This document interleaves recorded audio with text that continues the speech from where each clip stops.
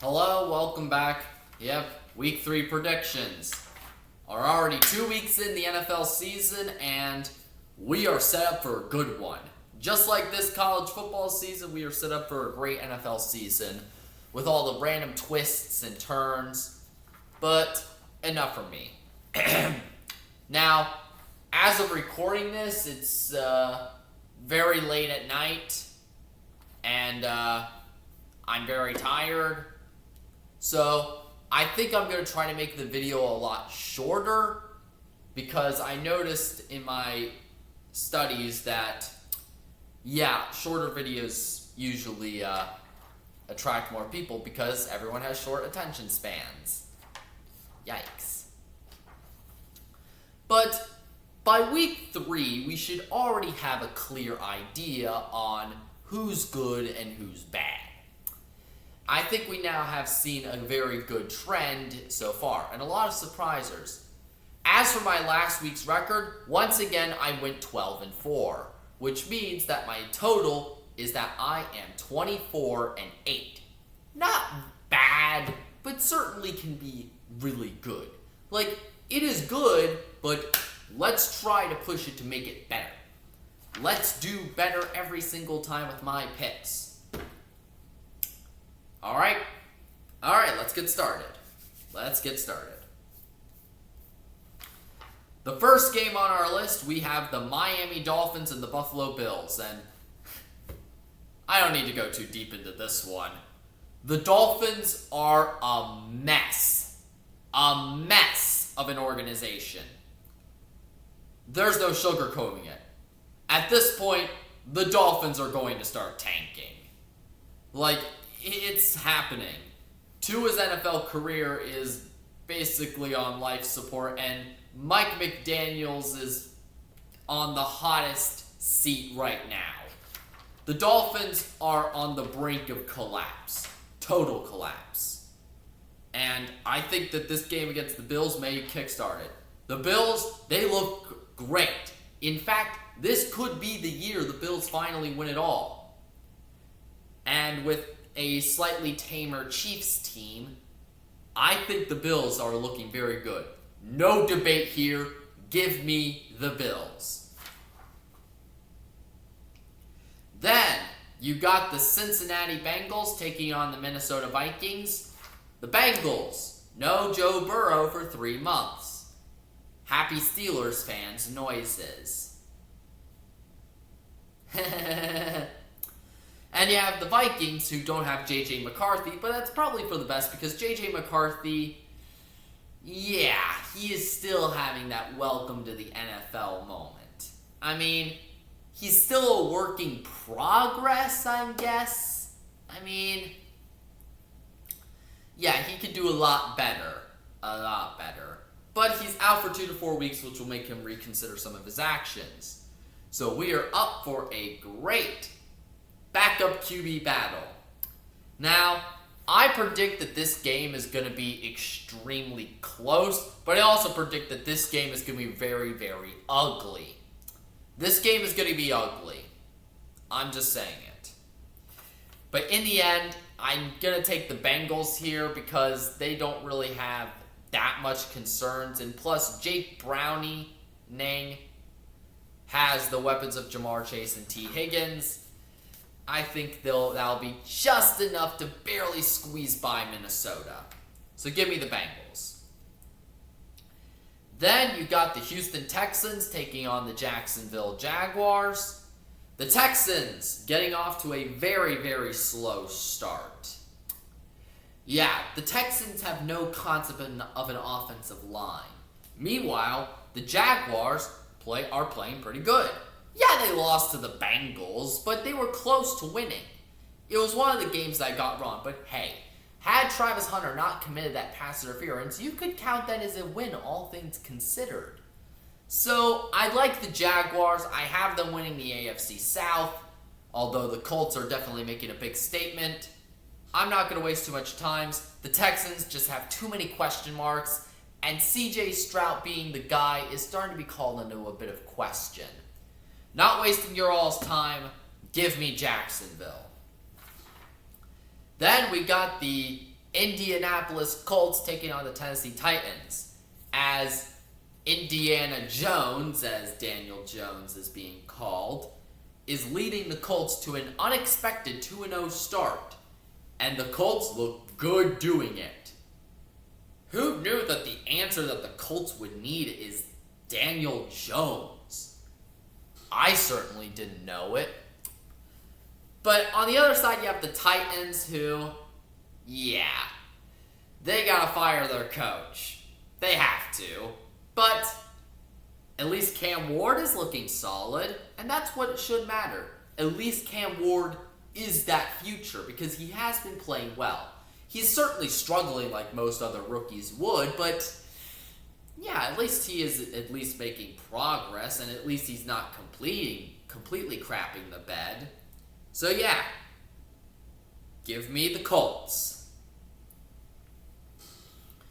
Then you have the Raiders and the Commanders. As of recording of this, Jaden Daniels has not been ruled in or out of this game, although I have a feeling that he will play. But even if he doesn't, you're playing the Raiders. Like, what specialty is there? The Raiders are still bad. It's clear that Geno Smith is not the answer, and it's clear that Pete Carroll may not be the coach. I'm not wasting everyone's time. Give me the Commanders, even if Jaden Daniels doesn't play. Then you got a game that I have circled on my sheet, the Rams and the Eagles. The Eagles had just recently beaten the Kansas City Chiefs, and I will say this, and I'm willing to admit this. The Eagles have been playing pretty sloppy football, to say the least. I mean, this doesn't really feel like the same team that won the Super Bowl. Yes, they're winning games, but not the way that they should be getting done. On the other hand, the Rams, in my opinion, are playing pretty well. They had a nice dominant win over the Titans, but that should come with a little bit of an asterisk because, well, it's the Titans. But I really like where this Rams team is heading. In my opinion, this is actually going to be a lot closer than what people think. And this is my upset pick of the week. I have the Rams upsetting the Eagles. Yes, I said it. Did my last upset pick of the week work out? No. But I think this one could actually work. I think Matthew Stafford has been playing very decently. I think that Rams offense is going to be very tough on that Eagles defense, who did struggle a bit against that Chiefs offense that has not been playing so great. So yeah, give me the Rams to upset the Eagles. Then you have the Atlanta Falcons versus the Carolina Panthers. Yeah, I mean, this is definitely not that interesting of a matchup to anyone. Definitely an overlooked one. But I like Atlanta's performance. I was impressed with Atlanta's performance against the Vikings. The Panthers, yes, they were close to coming back and beating the Cardinals, but they came up short. The Panthers, still trying to find their footing. I will say, still trying to find the footing. Yeah, I'm not going to spend too much time. Give me the Falcons. Steelers and Patriots. Yes, as a Steelers fan, I was very disappointed with our performance against the Seahawks.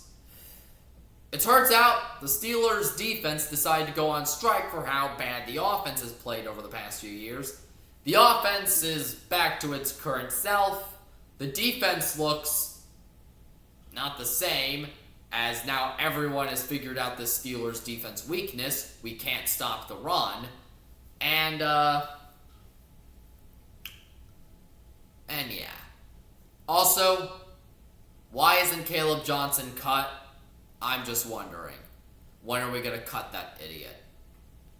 Like, you don't know a kickoff rule? Come on, man. I watched it with my own eyes. And not even on the TV. I was at the game. And I saw it with my own 2 eyes. And trust me, it was ugly. But the Steelers, thankfully, get a nice bounce back game.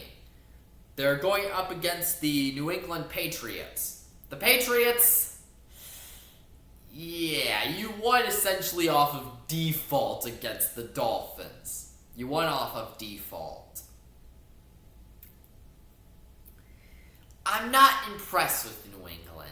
They don't impress me. Pittsburgh is going to win, but it's probably going to be in an ugly Pittsburgh way. The Packers versus the Browns. Do I even need to go into this game? The Packers have cemented themselves as Super Bowl contenders. They are now contenders. And they've shown it. Yeah, Green Bay is going to destroy Cleveland. Sorry, Browns. Jets versus Buccaneers. Buccaneers, great game against the Texans. Although, you got to fix that little offensive line problem. Jets, no Justin Fields, and it's become very clear to me that that game against the Steelers was one giant fluke. Give me the Bucs. Then you got the Broncos taking on the Chargers. The Broncos really regressed. They really did regress. Not an impressive performance that they had against the Colts, but they almost won, but that Broncos player just had to jump over top of the center that prevented them from winning. Womp womp. And yes, I get the whole controversy, but that was a very clear penalty. He violated the rules. That's really basic. Can't help ya. Now they're taking on a red-hot Chargers team, who is now in the head of the AFC West. I do believe the Chargers will win the division, considering how Kansas City has been playing. I believe the Chargers will beat the Broncos, and I believe that the Chargers are in well control of their own destiny in winning this division. It's their division to lose. Saints versus Seahawks. The Saints, not a complete disaster that everyone expected. They're just, well, there. On the other side, the Seahawks, playing pretty well. They played great against the Steelers. And I'm coming back from a Steelers fan myself. They cooked us very well. So yeah, give me the Seahawks over the Saints. Cowboys and Bears. The Bears never stop disappointing people. And Dallas, you almost lost to the Giants. Are you alright? But yeah, the Cowboys still suck, but they're not as bad as the Bears. So, give me Dallas. Cardinals versus 49ers. Now, the 49ers, no George Kittle, no Brock Purdy. The defense is still not that great. You allow the Saints to score 24 points on you. The Cardinals nearly choked away the game against Carolina, but at least they're playing pretty well. I have Arizona winning. I have Arizona getting out to a 3-0 start. Give me the Cardinals. Chiefs, Giants. The Giants surprised me by actually playing very well against the Cowboys. Although they lost at the end in overtime due to a very bad interception, they at least were very competitive. And at least they gave it their all. And then you have a very sloppy Chiefs team that just does not look up to snuff. I mean, the Chiefs, they ain't the same one. I knew that this was going to happen. But, I think they're going to get their first win of the season against the Giants only because of the talent gap. But, I have a big but, I would not be surprised if the Giants won. And lastly, the game that everyone has circled on their calendar, and this is the one game that I'm really going to go in depth to. You got the Detroit Lions taking on the Baltimore Ravens. Now, both the Ravens and the Lions are very similar in the fact that they had a very tough Week 1 loss, but they had a Week 2 blowout win. So now Week 3 is really going to show whether are we going to see the teams that we saw in Week 2 or the teams that we saw in Week 1. Now, I know that this one is going to be a very close one for some people. But for me, it's hard to trust the Ravens after what they pulled against Buffalo.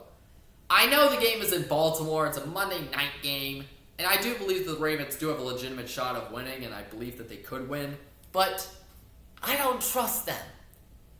I'm not being bamboozled again. Like, this feels like a trap game for Baltimore. As for the Lions, they look to be A-okay, but we're going to see how okay this team is if they up against the Ravens. Now, I do believe that Detroit can take back the division from Green Bay, but this game is really going to prove whether Detroit can overcome those concerns that they had in Week 1. Now, they played the Bears, but let's be realistic, the Bears don't really necessarily count as any quality opponent. So this is the game where we will truly see if one of these teams could actually overcome the flaws that they have. And in my opinion, I trust the Lions over the Ravens. So I have the Lions winning in a very, very close game. Give me Detroit. Well, that's all the time I have for y'all today.